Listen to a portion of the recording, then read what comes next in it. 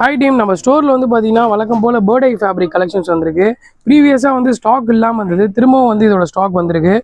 எப்பவுமே இதோட கலெக்ஷன் வந்து ரொம்ப சூப்பராக இருக்கும். கலர்ஸ் எல்லாமே பார்த்தீங்கன்னா பயங்கர அஃபிஷியல் கலர்ஸு. நீங்கள் பார்த்தீங்கன்னா தெரியும், அவ்வளோ சூப்பர் லுக் இருக்கும். மெயினே வந்து பார்த்தீங்கன்னா இதில் வந்து அந்த ஸ்னாப் பட்டன் தான், அவ்வளோ அழகாக கொடுத்துருப்பாங்க அந்த ஸ்னாப் பட்டனு.